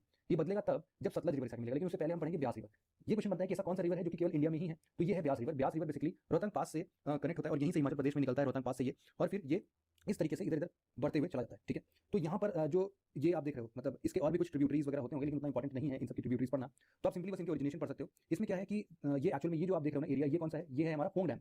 पोंग डैम भी एक रामसर साइट है। तो पोंग डैम कहाँ है, हिमाचल प्रदेश में। तो हिमाचल प्रदेश में पोंग डैम से कौन सी नदी गुजरती है, ब्यास नदी, या फिर व्यास, या फिर इसको हिंदी में व्यास बुलाते हैं, इंग्लिश में बीस बुलाते हैं। और जब एकदम पुराने पुराने टाइम पे हम बात करते थे ना, तो इसी 20 रिवर को हम लोग क्या बुलाते थे, विपाशा। विपाशा रिवर पुराने लेटर मतलब वैदिक पीरियड में इसी का नाम था विपाशा रिवर। और ये फ्लो होता है और ये यहाँ पर मिल जाता है। ये दोनों जहाँ मिलते हैं वो है हमारा एक सेक्शन जिसको हम लोग क्या नाम से जानते हैं, ये है हमारा कपूरथला के थोड़ा सा नीचे वाला पोर्शन, सुल्तानपुर रीजन में आता है, ये पंजाब में आप बोल सकते हो। तो इसीलिए इन दोनों को जब मिला के हम लोग क्या, ये दोआब बन रहा है कि नहीं, 2 रिवर का, 2 आप बने रिवर, तो 20 और सतलज दोआब, तो नाम क्या बनेगा इसका, बिस्त, बिस्त दोआब है ये। तो बिस्त दोआब ये वाला रीजन है। फिर ये सतलज से आगे मिलती है। सतलज कहाँ से ओरिजिनेट होती है, सतलज ब्यास यहीं पे खत्म जाती है, इंडिया में हिमाचल प्रदेश में ओरिजिनेट होती है, पंजाब में खत्म। फिर देखो सतलज रिवर जो है ना, यहाँ पर हमने देखा था 2 मानसरोवर लेक, राक्षस ताल या फिर राक्षस लेक, प्रकाश लेक भी बोलते हैं इसको। तो ये यहाँ से निकलती है वापस, और ये सतलज जो है यहाँ वाला एक स्पीति वैली आता है हमारा, इस स्पीति वैली से हमारे इंडिया में इंटर करती है, और यहाँ से फिर अंदर अंदर आते हुए ब्यास नदी से मिलती है, और ब्यास नदी के बाद ये फिर सतलज के फॉर्म में ही आगे निकलती है। ये चेनाब रिवर जो कि ऑलरेडी झेलम और रवि से मिल चुका है, ये चेनाब रिवर से आके मिलती है। और फिर इसके मिलने के बाद ये रिवर सिस्टम जो है ये बन जाता है पंजनाद, ठीक है। चेनाब और सतलज दोनों मिलकर क्या बनते हैं, पंजनाद। और पंजनाद रिवर फिर फाइनली इंडस रिवर जो ऊपर से आ रही थी वो इंडस रिवर से मिलती है, और फिर आगे भी वो इंडस रिवर के नाम से ही जानी जाती है। अब इसमें कौन कैसे कहां से मिल रहा है, इन सबके लिए एक टेबल बना दिया गया है बड़ा ही इजी तरीके से, उसको हम लोग देख लेंगे। तो यही 6 रिवर्स हमने डिस्कस किया, इंडस, झेलम, चेनाब, रवि, बीस, सतलज। कुछ बात करते हैं इंडस वाटर ट्रीटी 1960 में 2 कंट्रीज के बीच में, इंडिया और पाकिस्तान। इंडिया के साइड से जवाहरलाल नेहरू थे और पाकिस्तान के साइड से प्रेसिडेंट आयूब खान थे। तो इन दोनों ने मिलकर एक ट्रीटी साइन की थी कि इसका वाटर जो है वो कौन यूज करेगा। इसमें वर्ल्ड बैंक ने बिचौलिया का काम किया था, मतलब मीडियोकर का काम किया था उसने बीच में, ब्रोकरेज जिसको बोलते हैं हम लोग। तो ब्रोकर इसमें वर्ल्ड बैंक की मध्यस्थता से ये इंडिया और पाकिस्तान में ये ट्रीटी साइन होती है कि जो ऊपर के 3 रिवर्स मतलब इंडस, झेलम और चेनाब, वो पाकिस्तान इसका वाटर यूज करेगा, और जो रवि, बीस, सतलज ये 3 है वो इंडिया के अंदर में आता है, ठीक है। इंडिया को ये भी बोला गया कि ये जो ऊपर की 3 नदियां हैं इसका लगभग 20% वाटर जो है वो आप यूज कर सकते हो। लेकिन आजकल बहुत पंगा चल रहा है, जैसे अभी हाल फिलहाल में अभी हमारे प्राइम मिनिस्टर का ये जो एक स्टेटमेंट आया था कि भाई ब्लड और वाटर दोनों एक साथ नहीं बह सकता है। तो इसलिए इन्होंने क्या किया कि इंडस वाटर ट्रीटी की जो भी मीटिंग्स वगैरह थी उसको कैंसिल कर दिया, और कोई भी मीटिंग अभी हाल फिलहाल में वर्ल्ड बैंक में काफी लोग की लड़ाइयां भी चलती हैं कि इंडिया जो है वो पानी को डाइवर्ट कर रहा है इलेक्ट्रिसिटी प्रोड्यूस करने में। तो ये बहुत बार वर्ल्ड बैंक में और बाकी दूसरे जगहों पर international court of justice in सब जगह पर जा चुके हैं, लेकिन इंडिया जीत जाती है लगभग। क्यों, क्योंकि उसने कुछ किया नहीं है। बस मान लो जैसे कि झेलम की एक ट्रिब्यूटरी थी, तो इस झेलम की ट्रिब्यूटरी से उसने इस ट्रिब्यूटरी से पानी निकाला है और फिर झेलम के मेन रिवर में डाल दिया, तो केवल वाटर डाइवर्ट करके वापस से उसी नदी में मिला दिया, कुछ उसका अलग से यूज नहीं कर रहा है। तो इसीलिए वहाँ के इंटरनेशनल कोर्ट ने भी बोल दिया कि भाई ये कोई भी उल्लंघन नहीं है इंडस वाटर ट्रीटी का, और जैसे चल रहा है चलने दो, पाकिस्तान को ज़्यादा उछलने की जरूरत नहीं है इन सब चीज़ों पे। तो आप ये सब पढ़ोगे जब आप इंटरनेशनल रिलेशन पढ़ते हो, तो उसमें ये सारी चीज़ें रहती हैं, इंडस वाटर ट्रीटी और ये सारी चीज़ें। तो देखो ये टेबल की बात कर रहा हूँ कि सबसे पहले चिनाब रिवर थी, चिनाब रिवर बह रही थी, इंडस रिवर अपना पूरा ऊपर ऊपर बहती रहेगी, चिनाब रिवर आएगी, चिनाब रिवर झेलम के साथ मिलती है और ये क्या आउटपुट देगी, चिनाब के नाम से। फिर झेलम और यहाँ पर किशन गंगा जो थी, किशन गंगा झेलम की ट्रिब्यूटरी थी ना, बाद में झेलम भी बनती थी, फिर झेलम और चिनाब जब दोनों मिलती थी तभी चिनाब ही रह जाती थी, चिनाब ही रह जाती थी। फिर आती थी Ravi river, Ravi river Chenab river से जब मिलती थी तब भी चिनाब रिवर ही कहलाती थी। फिर हमने पढ़ा कि भाई सतलज और ब्यास नदी जो है कुछ देर चलते हैं और ये दोनों मिलते हैं और आगे चल के सतलज नदी ही फ्लो करती है। तो फिर सतलज नदी जब चिनाब रिवर से फाइनली मिलती है तो ये कुछ देर के लिए बनती है पंजनाथ, और फाइनली ये जब इंडस रिवर के साथ मिल जाती है तो फाइनली ये लोग बनते हैं इंडस रिवर। ऐसा ही चलता है। इसके साथ साथ आप जैसे और भी बहुत सारे रिवर सिस्टम यहाँ पर दिए हैं, गोदावरी सिस्टम की बात करते हैं। तो गोदावरी में क्या है कि पेन गंगा है, पेन गंगा, अच्छा सॉरी मैं आपको इससे पहले कृष्णा रिवर का नाम दे दिया था, ये गलत बोल दिया मैंने। गोदावरी के होते हैं सारे, पेन गंगा, वेन गंगा, ये सारी जितने भी ट्रिब्यूटरीज हैं ना वो सब गोदावरी रिवर के नाम से आते हैं। गोदावरी आप इसे याद कर सकते हो कि गोदावरी को हम लोग पेनिनसुलर इंडिया का गंगा बोलते हैं, मतलब गंगा ऑफ साउथ। तो इसलिए गोदावरी रिवर को आप इन गंगा वाले ट्रिब्यूटरीज के साथ कनेक्ट कर सकते हो कि पेन गंगा, वेन गंगा ऐसे होते हैं, सारे ट्रिब्यूटरीज गोदावरी रिवर के होते हैं, वहां पर नहीं होते, ठीक है। ये छोटा सा correction, sorry for the mistake. फिर देखो क्या है कि गोदावरी और मंदर नदी है, ये दोनों मिलते हैं, गोदावरी बनती है। फिर गोदावरी की ट्रिब्यूटरी है पेन गंगा, वो भी मिलती है, तो फिर यहाँ पे बनती है। तो ये सब देखो किधर साइड से कौन रिवर मिलती है ये भी अंदाजा इससे लग जाता है। जैसे गंगा है, गंगा में भी अभी हम आगे जब ड्रेनेज सिस्टम पढ़ेंगे तो यहाँ पर देखते हैं कि यमुना निकलती है और फिर गंगा की तरफ से निकल रही है, ठीक है। तो फिर क्या होता है कि कुछ दूर तक गंगा ऊपर से चल रही है मानो, ठीक है। फिर इसके बाद और एकदम एकदम ऊपर के साइड से एकदम अलग ही रास्ता है ब्रह्मपुत्र रिवर का भी। तो सोचो क्या होता है कि जब यमुना और चंबल मिलती है, चंबल के मतलब यमुना के कौन कौन से इसमें ट्रिब्यूटरीज मिलते हैं, तो एक मिलता है चंबल, दूसरा मिलता है बेटवा। बेटवा के बाद क्या होता है कि गंगा रिवर भी शुरुआत से बहते चला रहा है। फिर क्या होता है गंगा का लाइन जो है वो यमुना से मिलता है हमारे प्रयागराज में, और प्रयागराज में ये यमुना गंगा से फिर वापस से ये गंगा बन जाती है। फिर लखनऊ में आती है, लखनऊ के एरिया में लगभग गोमती रिवर फ्लो करती है, तो लखनऊ में ये गंगा गोमती मिलती है, ठीक है। फिर उसके बाद और आगे बढ़ते हैं तो यहाँ पर फिर आता है घाघरा नदी, तो घाघरा रिवर जो है वो यहाँ पर आती है, गंगा से मिलती है। फिर गंगा गंगा ही रह जाती है, मतलब गंगा जो है इन सबकी ट्रिब्यूटरीज को दिखा रहा है। फिर सोन रिवर मिलती है, सोन रिवर अब नीचे से आके मिल रही है। सोन रिवर कहाँ से निकलती है, अमरकंटक प्लेटू से निकलती है सोन रिवर, ठीक है। उसके बाद गंडक रिवर आती है, गंडक और कोसी, ये दो रिवर हैं जो कि सब नेपाल के माउंटेन रीजन से आती है। कोसी रिवर जिसको हम लोग सोरो ऑफ बंगाल भी बोलते हैं, तो ये भी गंगा में आके निकलती है, तो गंगा ही बनती है। फिर इसके बाद आप देखोगे कि यहाँ से अच्छा एक रिवर, अच्छा ब्रह्मपुत्र का यहाँ पे ट्रिब्यूटरी नहीं दिया है, ब्रह्मपुत्र में भी बहुत सारे रिवर आके मिलते हैं। फिर ये जब ब्रह्मपुत्र और गंगा ये दोनों मिलते हैं तो ये किसी नाम से जाने जाते हैं। और फिर ये एक्चुअल में क्या है कि इन सब टाइम पर गंगा का नाम भी चेंज हो चुका है, सॉरी ये ब्रह्मपुत्र का नाम यहाँ पर एक जमुना हो चुका है। फिर जब ये दोनों रिवर्स गंगा और ब्रह्मपुत्र मिलती हैं तो इनको बोलते हैं पद्मा रिवर। फिर आगे चल के एक और मेघना रिवर इनसे मिलती है, और फिर फाइनली जब ये ड्रेन करते हैं तो ये जो इनका माउथ होता है वो फिर मेघना के नाम से आगे बढ़ता है। अब इसमें ऑब्वियसली बात है, कंफ्यूजन बहुत सारी हुई होगी, कोई दिक्कत नहीं है, हम एक मैप में इस सब चीजों को अच्छे तरीके से समझ लेते हैं। गंगा के ओरिजिन की बात करते हैं इसमें, लेकिन उसके पहले कुछ और भी जैसे बहुत सारे रिवर सिस्टम मिला के फिर गंगा बनती है। जैसे कि हमको क्या पता है गंगा गंगोत्री से निकलती है, लेकिन वो गंगोत्री से एक्चुअल में ना भागीरथी रिवर निकलती है। तो उसके बारे में थोड़ा सा डिटेल में आपको बताता हूँ, आप जरा सा फटाफट से रफ पेज उठा लो या फिर जो भी आप नोट्स बनाते हो वहाँ पर इस चीज को नोट करना फटाफट से। हम एक रिवर को बेस मानते हैं अपनी, ये रिवर जो बेस है हमारी, इस रिवर का नाम हम लोग देते हैं कौन सी रिवर, इस रिवर को हम लोग बोलते हैं कि भैया ये है अपनी अलकनंदा रिवर, ठीक है। अलकनंदा रिवर है ये, और अलकनंदा रिवर कहाँ से निकलती है, ये निकलती है जो बद्रीनाथ है ना, बद्रीनाथ केदारनाथ वाला बद्रीनाथ, ठीक है। तो बद्रीनाथ से निकलती है अलकनंदा रिवर। फिर क्या है कि इसी अलकनंदा रिवर में एक आती है अपनी धौली गंगा, ठीक है, इधर साइड से धौली गंगा आती है, धौली गंगा। तो यहाँ पर जो एक सेंटर बनता है ना इनका, जहाँ पर ये ज्वाइन होते हैं, इसको हम लोग नाम देते हैं विष्णु प्रयाग का। क्या नाम देते हैं, विष्णु प्रयाग। इसके बाद इसी अलकनंदा रिवर पर थोड़ा सा आगे बढ़ते हैं तो एक आती है नंदाकिनी रिवर, ठीक है। नंदाकिनी रिवर भी आके मिल गई, तो नंदाकिनी रिवर जब आके मिलती है तो यहाँ पर क्या बनता है, यहाँ पर जो एक सेंटर है ये बनता है नंद प्रयाग, ठीक। इसके बाद एक और रिवर इधर ही से मिलता है, ये कौन सी रिवर है, ये है हमारी पिंडारी, पिंडर गंगा। पिंडर गंगा जो है वो निकलती है, और पिंडर गंगा निकलती है तो यहाँ पर बनता है कर्ण प्रयाग, और ये कौन सी है, ये है पिंडर गंगा, ठीक। अब देखो यहाँ के बाद ये तो निकला था केदारनाथ से। अब जो हमारा एक और रिवर है जिसका नाम हम लोग मंदाकिनी बोलते हैं, ये मंदाकिनी रिवर इधर मान लो कहीं पर है अपना, क्या है, केदारनाथ। तो बद्रीनाथ केदारनाथ सब एक साथ घूमने जाते हैं ना, तो केदारनाथ से मंदाकिनी रिवर निकलती है और फिर वो अलकनंदा रिवर से मिल जाती है। हर अभी अलकनंदा ही चल रही है यहाँ पर, ठीक है। जो भी रिवर मिलती जाएगी वो अलकनंदा ही बनाएगी। फिर ये जब केदारनाथ से मंदाकिनी रिवर निकलती है इधर साइड से तो ये भी बनी। फाइनली गंगोत्री से कौन सी रिवर निकलती है, भागीरथी, ये है हमारी गंगोत्री, और गंगोत्री से निकलती है भागीरथी रिवर। भागीरथी रिवर जब इस अलकनंदा रिवर में इतने सभी रिवर्स के साथ मिलती है, सॉरी ये कितना भूल गया कि जब मंदाकिनी रिवर जब यहाँ पर मिलती है तो इसको क्या बोलते हैं हम लोग, इसको बोलते हैं देवप्रयाग, ठीक। और देवप्रयाग के बाद, सॉरी इसको देवप्रयाग नहीं, एम के बाद ये आ रहा है यहाँ पर, सॉरी सॉरी, जो ये मंदाकिनी रिवर है जब यहाँ पर मिलती है अलकनंदा से तो ये बनती है रुद्रप्रयाग, ठीक। इसके बाद जब ये वाली रिवर जब अपनी कौन सी भागीरथी रिवर, भागीरथी रिवर जब ये अलकनंदा से मिलती है तो बनाती है देवप्रयाग। तो कितने कितने प्रयाग हैं, एक तो विष्णु प्रयाग है, एक नंद प्रयाग है, इसके बाद कर्ण प्रयाग है, फिर रुद्र प्रयाग है, और फिर देव प्रयाग है। तो इतने सारे प्रयाग हैं जो कि सेंटर्स में छोटे छोटे फॉर्म्स होते हैं, इनको आप याद कर सकते हो, तो वेरी गुड। मैंने कैसे याद किया मैं आपको बता देता हूँ। देखो अलकनंदा तो अपने कॉमन ही, ठीक है। कुछ बेसिक इन्फॉर्मेशन आपको पता हो कि अलकनंदा बद्रीनाथ से निकली है, और ये वाली जो रिवर है यहाँ से ये केदारनाथ से निकली थी मंदाकिनी रिवर, गंगोत्री से निकली थी अपनी कौन सी रिवर, भागीरथी रिवर। तो अलकनंदा तो कॉमन है, बस जो नदियाँ अलकनंदा से मिलती हैं उनके नाम से अलग से सेंटर बन जाता है, नंद प्रयाग, कर्ण प्रयाग ऐसे करके। तो अगर हम लोग अलकनंदा को कॉमन मान लें तो ये अलकनंदा एलिमिनेट कर देते हैं, ये हमें हम बाय डिफॉल्ट मानते हैं कि अलकनंदा तो हमें पता ही है। बस जो नदियाँ अलकनंदा से मिलती जाती हैं उसके नाम से कुछ निमोनिक्स बना लेते हैं। जैसे कि जब भी मान लो कुछ ऐसा बनाओ कि धौली गंगा जब मिलती है तो धौली गंगा मिलती है तो विष्णु प्रयाग बनता है, ठीक है। जब नंदाकिनी रिवर मिलती है तो नंद प्रयाग बनता है। जब पिंडर गंगा मिलती है तो बनता है कौन सा, कर्ण प्रयाग। उसके बाद जब मंदाकिनी रिवर मिलती है तो बनता है हमारा रुद्र प्रयाग, और फिर भागीरथी जब मिलती है तब बनता है हमारा देव प्रयाग, ठीक है। तो इसमें देख लो जो नशाखोरी वाला है बहुत है, एक तो पीके, ऑब्वियसली हमें पता है पीके सब आपस में फैल जाते हैं। फिर उसके बाद बीड़ी, बीड़ी भी आप याद कर सकते हो ना, बीड़ी फूकने वाली, तो मैं थोड़ा ऐसे याद करता हूँ, लेकिन उससे कुछ कैरेक्टर एनालिसिस मत कर लेना मेरा आप। लेकिन फिलहाल फिर इसके बाद एमआर है, डॉक्टर होते हैं ये, एमआर जो मेडिसिन डिस्ट्रीब्यूट करते हैं वो, एन का एन ही रहता है, और ये देव है, तो देव से कुछ ऐसे याद कर लो। तो कुछ भी आप निमोनिक्स अपनी बना के केवल इतनी भी चीजें याद कर लोगे तो भी चीजें आपकी याद हो जाएंगी हमेशा से, ठीक है। चलो ये तो गंगा की ओरिजिन हो गई। बाद में यमुना भी ऐसे आके मिलती है, वो इलाहाबाद में मिलती है, तो यहाँ पर प्रयाग बनता है, सिंपल प्रयाग। अब ये कोई नाम नहीं है प्रयाग का, अब यही है प्रयाग, मेन प्रयाग है, बाकी छोटे छोटे प्रयाग थे गंगा के लिए। इतनी बात याद हो गई आपको। तो फिर इतना ही इन्फॉर्मेशन मुझे देना था। फिर नॉर्मली क्या है कि अब वही, अब देखो यहाँ पर जब हम थोड़ा सा आगे बढ़ते हैं तो गोमती नदी निकलती है, गोमती नदी फिर इससे आके मिलती है लखनऊ में आके, ये लखनऊ है अपना। फिर इसके बाद ये देखो दो रिवर है, मैंने आपको बताया था कि जो बॉर्डर पर, नेपाल और इंडिया के बॉर्डर पर एक रिवर फ्लो होती है, इसका नाम क्या बताया था मैंने आपको, काली रिवर। ठीक, काली रिवर याद रखना बिल्कुल कि ये कौन सी नदी है, काली रिवर है। काली नदी नहीं, काली नदी जो है वो एक दूसरी रिवर है, काली नाम है इसका केवल, सिर्फ काली। और यहाँ पर जो ये वाली है इसको हम लोग बोलते हैं करनाली। तो एक काली करनाली दोनों रिवर मिलकर कौन सी रिवर बनती है, घाघरा नदी बनती है। तो घाघरा नदी यहाँ पर मिलती है। फिर इसके बाद देखोगे नीचे से अमरकंटक प्लेटू है यहाँ पर, तो यहाँ से एक रिवर निकलती है सोन रिवर, सोन रिवर से आती है हमारी नीचे। फिर ऊपर जो है पटना वाले रीजन में, बिहार के अंदर में हम लोग गंडक रिवर जो है वो ऊपर से फ्लो के नीचे की तरफ आता है, यहाँ पर आता है। और कोसी रिवर चूंकि काफी ऊपर से आता है और बहुत सारे सेडिमेंट्स को स्लोपी सरफेस पर लेके आता है, तो बहुत सारा सेडिमेंट लेके आता है। सेडिमेंट इकट्ठा होता है, जमा हो जाता है, तो अपना रिवर कोर्स चेंज कर देती है, फिर इधर इकट्ठा हो जाएगा तो दूसरा रिवर कोर्स ले लेगी, तो खिसकती रहती है कोसी रिवर। तो इसीलिए इसको हम लोग सोरो ऑफ बंगाल बोलते हैं, सॉरी सोरो ऑफ बिहार बोलते हैं, क्योंकि बिहार रीजन में आके मिल रही है ना, ये भी बिहार के अंदर नहीं आता है। अब यहाँ तक तो है अपना ये। इसके बाद देखो एक डिस्ट्रीब्यूटरी आती है, गंगा जब बांग्लादेश में निकलने जाती है उससे पहले ही एक हुगली रिवर इससे निकल जाती है। तो निकल जाती है जो हुगली रिवर पहले ही ड्रेन हो जाती है, इसको हम लोग बोलते हैं Hooghly is the distributary of Ganga. ठीक है, और ये फरक्का बैराज के पास में होता है। इसके बाद देखो ब्रह्मपुत्र, ब्रह्मपुत्र जो है यहाँ से निकलती है, इसको हम लोग बोलते हैं राक्षस ताल, या फिर बड़ा ही अजीब सा नाम है इसका, चामाडुंगयुम करके कुछ ऐसा नाम है। ठीक है, चेमाडुंगयुम, यहाँ से जहाँ से ये ओरिजिनेट होती है। तो चेमाडुंगयुम से ओरिजिनेट होते हुए जब ये यारलुंग सांगपो के नाम से जानी जाती है, तो वहाँ से निकलते निकलते बिल्कुल स्ट्रेट पाथ में चलती रहती है। फिर यहाँ पर हमने पढ़ा था कि नंगा पर्वत से नामचा पर्वत, नामचा पर्वत को माउंटेन ना यहाँ पर है, बिल्कुल बीचों बीच इसके।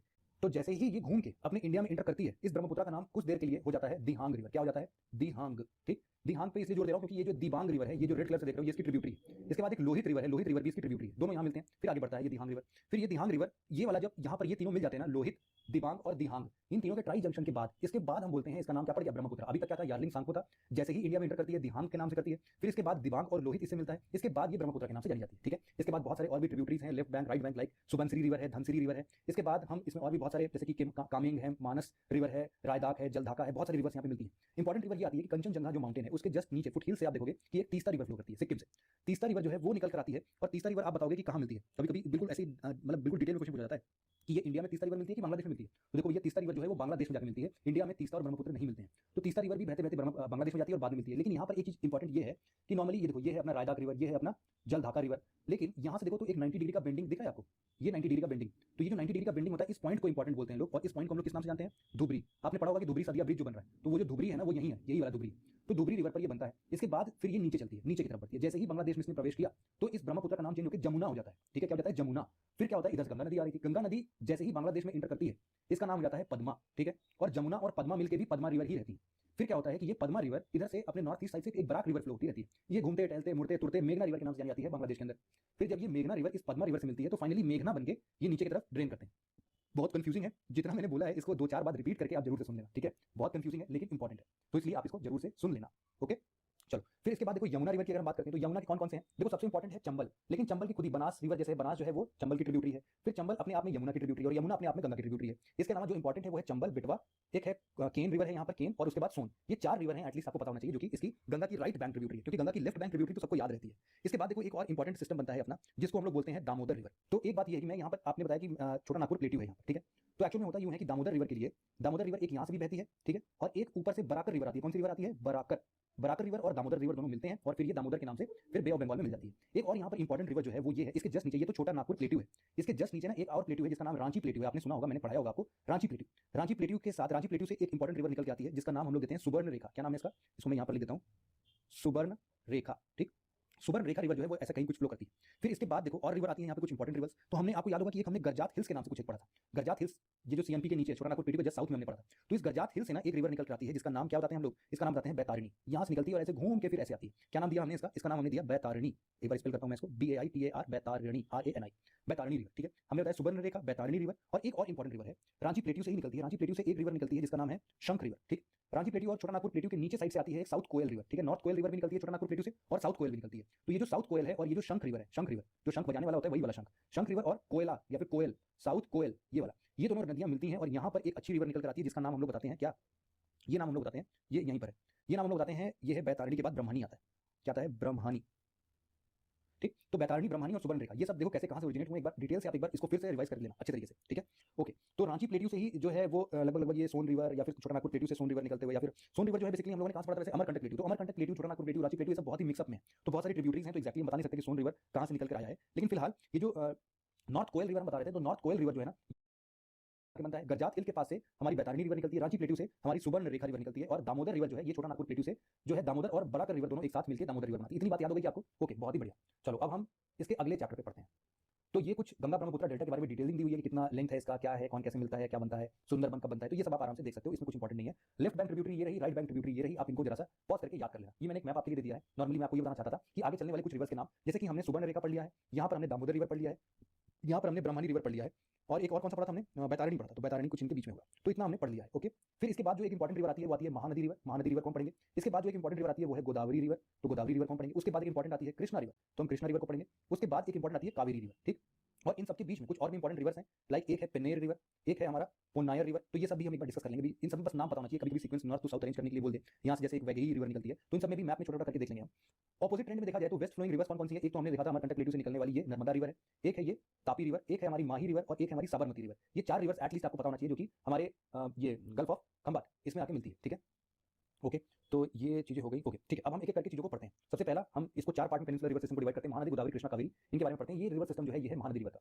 महानदी रिवर देखो यहाँ दुधवा धाम जो है ना, यहाँ से ओरिजिनेट होती है कुछ, और फिर इसके बाद ऊपर बढ़ती है, तो ऊपर एक ट्रिब्यूटरी इसको मिलती है जिसका नाम है शिवनाथ, ठीक है। तो ये ऊपर जब बढ़ेगी तो ये शिवनाथ जाके ऐसे मिलती है, जितना मैं बता रहा हूँ केवल उतना ही याद करना, ठीक है। फिर उसके बाद ये और आगे बढ़ती है, और आगे बढ़ने पर एक और रिवर है जो इससे मिलती है, वो है हसदेव, हसदेव, हसदेव रिवर मिलती है, और एक मान रिवर, मान रिवर निकलती है। फिर इसके बाद हम थोड़ा सा और आगे बढ़ते हैं, और इसके आगे बढ़ने पर हमें यहाँ पर देखो ये जो बड़ा सा डैम देख रहे हो ना, ये डैम पता है कौन सा है? ये ही है हमारा बड़ा वाला हीराकुद डैम, ठीक। तो ये हीराकुद डैम है हमारा। जो हीराकुद डैम कोई पूछे कौन सी नदी पर है, तो महानदी। हीरा जो है काफी हीरा जैसा बहुत ही महत्वपूर्ण है, तो किसी बड़े नदी में मिलेगा ना तो महानदी में मिलेगा, तो इसलिए ऐसे याद कर लेना कि हीराकुद डैम जो है वो महानदी पर है। और ये थोड़ा सा और आगे बढ़ता है, और यहाँ से फिर ये नीचे की तरफ जब शिफ्ट होता है तो यहाँ से एक रिवर निकलती है ट्रिब्यूटरी इसकी, एक और ज्वाइन होती है ओम, और यहाँ से एक और रिवर आती है जिसको हम लोग बोलते हैं तेल, तो ओम तेल। इसके बाद नॉर्मली ऐसे फ्लो जाती है भुवनेश्वर साइड में जब आप जाओगे तो यहाँ पर अपना डेल्टा बनाती है, और फिर बहुत सारे पार्ट में डिवाइड जाती है। ये सब इतना पढ़ने की जरूरत नहीं है। ये याद रखना कि भुवनेश्वर जो है ना, भुवनेश्वर के पास कौन सी नदी है? महानदी नदी है, ठीक है। साथ ही में देखोगे नीचे की जस्ट नीचे की तरफ क्या होता है कि नयागढ़ से ना एक यहीं पर एक नयागढ़ है, नयागढ़ से एक बढ़िया नदी फ्लो करके आती है, और नयागढ़ एक्चुअल में इधर कहीं है, और फिर रिवर कुछ निकल से इधर नीचे से आती है, इन चिल्का लेक के नीचे आ जाती है। मतलब ये जो चिल्का लेक आपको पता ही है, सबसे इंपॉर्टेंट है। यहीं पर जो है ना आप गंजम कोस्ट जो है, मतलब कि ये जो मैं बता रहा था ना, नयागढ़ से एक रिवर निकल कर आता है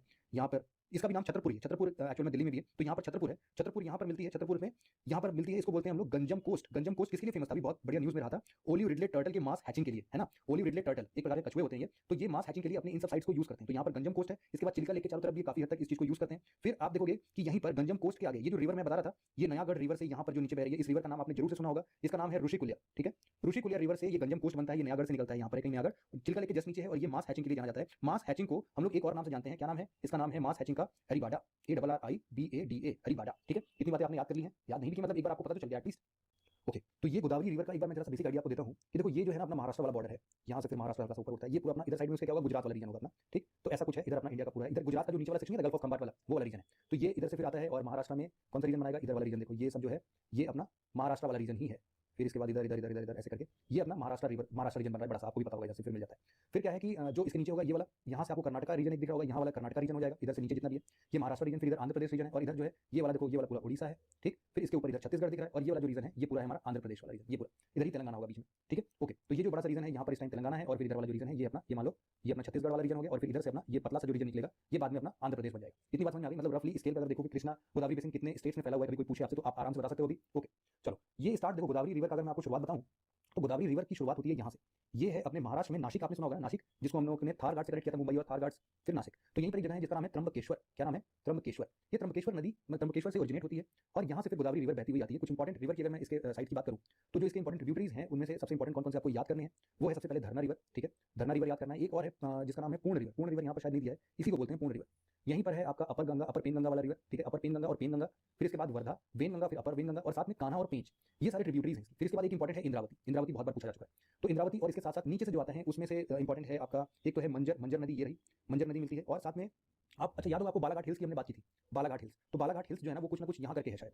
तो यहाँ से आप देखते होगे कि ये वाला जो एक रीजन था निजाम सागर यहाँ पड़ता है, और इसके बाद इधर इधर इधर इधर आता रहता है, फिर ये रिवर पूरा फ्लो होकर इधर बह जाता है। तो इसमें और कौन कौन से आपको रिवर याद कर सकते हैं? इंद्रावती के बाद एक है ये सबरी रिवर, इसको भी आप याद कर लो, बस इतना बहुत है, मोर देन सफिशिएंट। इसके बाद ये भी देखो, ये बर्ड फिस्ट लाइक स्ट्रक्चर बना रहा है, जैसे पक्षियों का पंजा, जैसे डक का जो ये पैर होता है, तो इसको इस तरफ का एक डेल्टा फॉर्मेशन बोलते हैं, ठीक है। बर्ड फीट डेल्टा, तो इसको बर्ड फीट डेल्टा के नाम से जानते हैं, किसको? गोदावरी रिवर को, ठीक है। बिल्कुल क्लियरली दिख रहा है यहाँ पर। ओके, तो इतनी चीजें आपको यहाँ पर याद करनी थी। इसके बाद हम बढ़ते हैं अपनी कृष्णा रिवर के ऊपर। तो कृष्णा रिवर में हमें पता है इनमें कौन कौन से स्टेट अगर आप देखना चाहो तो एक तो ऊपर वाला रीजन देखो, ये पूरा है महाराष्ट्र का रीजन। इसके बाद जो महाराष्ट्र रीजन मतलब ये वाला पूरा रीजन जो है ये अपना महाराष्ट्र का रीजन हो गया, ठीक। नीचे इसके इतना वाला साइड जो है ये आ गया अपना कर्नाटका का रीजन। उसके बाद दोनों के जस्ट बगल में इधर साइड में महाराष्ट्र रीजन और भी होगा ना ऐसे, तो इतने साइड में इधर साइड में आप देखोगे कौन सा आएगा, ये आएगा अपना तेलंगाना रिवर, और तेलंगाना के जस्ट इधर साइड में एक आता है अपना छत्तीसगढ़, और इधर से आएगा अपना आंध्र प्रदेश, ठीक। आंध्र प्रदेश मतलब इधर वाले साइड में। तो नॉर्मली अगर हम देखें तो इस चीज को जरा सा और हम डिटेल में पढ़ते हैं कि इतने स्टेट पता चल गया कृष्णा रिवर कौन कौन से स्टेट्स में लगभग आती है। तो देखो ये जो रिवर है अपनी कृष्णा रिवर, ये ओरिजिनेट होती है कहाँ से, ये ओरिजिनेट होती है हमारी महाबलेश्वर से। महाबलेश्वर कुछ ना कुछ करके यहाँ पर है, ठीक है। ये जो एक पतला सा ये लंबा सा लेक देख रहे हो, ये लेक है अपना शिवाजी सागर, और शिवाजी सागर के जस्ट ऊपर है हमारा महाबलेश्वर। महाबलेश्वर से ओरिजिनेट होती है। सबसे पहले इसको कौन सी नदी मिलती है, कोयना, कोयना नदी। फिर इसके बाद ये और आगे बढ़ती है कृष्णा रिवर, और आगे बढ़ती है और आगे बढ़ती है।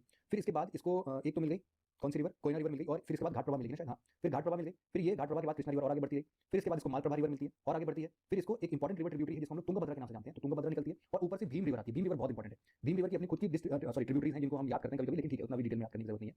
फिर हम और आगे बढ़ते हैं। फिर हम यहाँ पर वही श्री सालम प्रोजेक्ट यहाँ पे चलता है, नागार्जुन सागर प्रोजेक्ट यहीं पे चलता है। फिर इतना करते करते ये फिर अपना ड्रेनेज पैटर्न इधर बनाती है, ठीक है। तो ऊपर ऊपर चलते हुए यहाँ पे बन जाती है, और इसमें मोनेरू आप याद कर सकते हो, एक मूसी रिवर है, मूसी रिवर याद कर सकते हो। नागार्जुन सागर ये जो देख रहे हो ना ये वाला, ये है अपना नागार्जुन सागर। तो ये भी याद करते चलना कि नागार्जुन सागर कौन से रिवर पर है, कृष्णा रिवर पर है। याद भी कर सकते हो अर्जुन और कृष्ण, इनकी जोड़ी तो हमेशा से रही है, तो नागार्जुन और कृष्णा रिवर इस तरीके से बहुत ही इजीली आप याद कर सकते हो। ओके, तो फिर यहीं पर देखो एक कोलेरू लेक की हम बात करें, आपको याद है क्या? तो कोलेरू लेक जो है ना वो कहीं ना कहीं आप यहाँ से फिर इधर इधर साइड में आप देखोगे तो यहाँ पर कोलेरू लेक दिखेगा, ये एक्चुअली इंडिया का बॉर्डर है। तो अंदर हम लोग बोल रहे थे कोलेरू लेक अंदर की तरफ शिफ्ट हो गया है, जो हम लोग क्या बोल रहे थे इमरजेंस और सबमर्जेंस वाला देख रहे थे, तो यहीं पर कोलेरू लेक अपने मैप में लोकेट भी करके देख सकते हो। ओके, तो अब हमारा नेक्स्ट रिवर आता है वो है कावेरी बेसिन। कावेरी बेसिन के पहले कुछ और रिवर्स थे, जैसे कि पेन्नूर रिवर था, पेन्नूर रिवर उतने डिटेल में हम नहीं जाते हैं फिलहाल। फिर उसके बाद जो हमारा रिवर सिस्टम है सबसे इंपॉर्टेंट वो ही है हमारा कावेरी रिवर आखिरी, ठीक है। उसके बाद हम लोग वेस्ट फ्लोइंग रिवर को पढ़ेंगे। चलो, कावेरी रिवर बेसिन में बहुत इंपॉर्टेंट चीजें तो ज्यादा पढ़ने की है नहीं। यहाँ पर देखो ये कहाँ से निकलती है कावेरी रिवर, ये वाला जहाँ जो है ये देख रहे हो, सॉरी यहाँ पर ये है अपना कौन सा हिल्स, ब्रह्मगिरी हिल्स। कौन सा, ब्रह्मगिरी, ठीक। एक ऊपर ब्रह्मानी रिवर पड़ी थी, ये ब्रह्मगिरी हिल्स है। तो ब्रह्मगिरी हिल्स जो है ये कहाँ पर है, ये अपने कर्नाटका में ही है। तो कर्नाटका में यहाँ से फिर ये रिवर निकलती है, ऐसे चलती है। और फिर इसके कुछ और इंपॉर्टेंट मैं रिवर सिस्टम के आपको बारे में बता देता हूँ। एक आता है शिमसार, ठीक है, तो ये रहा शिमसार रिवर, इधर से निकल कर आया। फिर इसके बाद एक और जो है एक हेमवती है, आप उसको याद कर सकते हो। हेमवती देखो ये वाली नदी है, ये वाली हेमवती है, और हेमवती नदी मिलती है। फिर इसके बाद शमसार रिवर निकलती है, मतलब सॉरी मिलती है। फिर इसके बाद नीचे से एक आती है भवानी सागर, ठीक है, ये रही भवानी सागर, ये रिवर यहाँ पे निकली। फिर उसके बाद ये मतलब नीचे आ गई। फिर उसके बाद ये बस इतना बहुत है मेरे हिसाब से, तो इतना बहुत है। चलो, ये रिवर फिर बहुत बड़ा डेल्टा बनाती है, तो कावेरी बेसिन भी काफी अच्छा खासा डेल्टा बना देती है। आप देखोगे जो 90 डिग्री टर्निंग पॉइंट आता है ना अपने इंडिया में, वो यही कावेरी बेसिन का ही है। तो आपसे कभी कोई पूछे, आपको याद भी हो, जब भी हम इंडिया का मैप बनाते हैं तो कुछ इस तरीके से नहीं बनाते हैं, ऐसे फिर ऐसे निकलता है। तो ये वाला जो एक 90 डिग्री टर्न आता है ना, इस पॉइंट को क्या बोलते हैं ये आपको बताना है मुझे कमेंट सेक्शन में, ठीक है। इस 90 डिग्री टर्न के पॉइंट को हम क्या बोलते हैं। ओके, फिर यहीं पर मतलब हमारा कौन सी नदी आती है, कावेरी रिवर आती है, याद रही। और ये कहाँ पर है, तमिलनाडु वाले एरिया में ही है, तो ये तमिलनाडु का सेक्शन देख रहे हैं। ओके, तो इतनी बातें हमें करनी थी अपने इन 4 रिवर सिस्टम के बारे में। फिर देखो तमिलनाडु के नीचे जब हम आते हैं, देखो ये वाला पॉइंट आपको बता रहा था, ये वाला कावेरी रिवर का है। फिर इसमें और भी बहुत सारे रिवर सिस्टम थे, जैसे कि आपको क्या क्या याद करना था। कृष्णा रिवर और कावेरी रिवर के बीच में कुछ इंपॉर्टेंट रिवर्स हैं, जैसे कि एक तो है अपना पेन्नेरू रिवर, पेन्नेरू। उसके बाद एक है आपका पेन्नेरू है, एक है चैयार, चैयार नाम है, चैयार रिवर है। एक और है पोन्नैयार, PONNA, पोन्नैयार, पोन्नैयार रिवर है। फिर आता है ये कावेरी रिवर, मतलब एक अगर नॉर्थ टू साउथ कभी भी अरेंज करने के लिए दे तो ये देखो पोन्नैयार लिखा हुआ है, ये चैयार लिखा हुआ है। फिर और ऊपर पढ़ोगे तो ये पलार है, इसके ऊपर पोन्नेरू है। तो ये सारे थोड़े से अजीबोगरीब नाम है। और एक इंपॉर्टेंट और एक हिल है यहाँ पे, आप देखना एक वैगी रिवर भी बसती है यहाँ पर। यहाँ पर हमने आपको याद होगा हिल्स पढ़े थे कुछ कुछ, तो ये वाला जो वैगी रिवर है, ये वैगी रिवर जो है ये निकलती है हमारी अनामलाई हिल से, ठीक है। तो अनामलाई हिल्स हमने देखा था ना, तो अनामलाई हिल से ये वैगी रिवर निकलती है। और यही वैगी रिवर कहाँ से जाती है, यही रामेश्वरम के पास में ये चलती है, ठीक है। पाकिस्तान रामेश्वरम, ये सारी चीजें भी हमने पढ़ी थी, तो कनेक्ट करना आपको आना चाहिए ये सब, ठीक है। इसके बाद और भी पंचमलाई है, पंचमलाई हिल से निकलती है ये। इसके बाद यहाँ पर अगस्त्यमलाई वाला रेंज जो है यहाँ से चित्तार रिवर फ्लो होती है, यहाँ से वैतपुर रिवर फ्लो होती है। तो ये छोटे छोटे रिवर्स हैं जो कि आपको पता होना चाहिए। अच्छा, कावेरी रिवर जो है सिस्टम में उसमें एक अमरावती रिवर भी है, वो भी आपको अच्छे से याद होना चाहिए, ये मैं आपको बताना भूल गया था। तो अमरावती रिवर भी कावेरी रिवर का ये ट्रिब्यूटरी है। ओके, चलो इतनी बात कर ली हमने। अब हम चलते हैं अपने इस मिक्स मैप में। इसमें बहुत सारे मैप्स कनेक्ट कर दिए हमने, जैसे कि ये वाला जो है ये है अपना गोवा।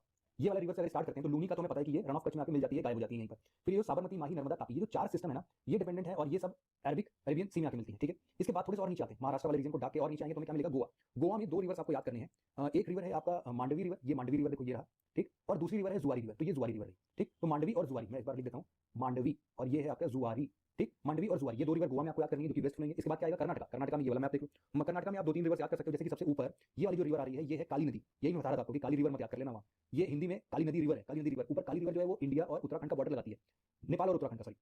यहाँ पर इंडिया नेपाल का बॉर्डर काली रिवर बनाती है, और ये काली नदी जो है ये कर्नाटका में फ्लो करती है, काली नदी याद करना। इसके बाद एक बहुत इंपॉर्टेंट ये वाला जो देख रहे हो ना ये रिवर, यहाँ पर एक्चुअल में सिचुएटेड है हमारा एंजल फॉल, जो कि हम कल पढ़ भी रहे थे। हाईएस्ट फॉल है, लगभग 300 मीटर ऊंचा है ये।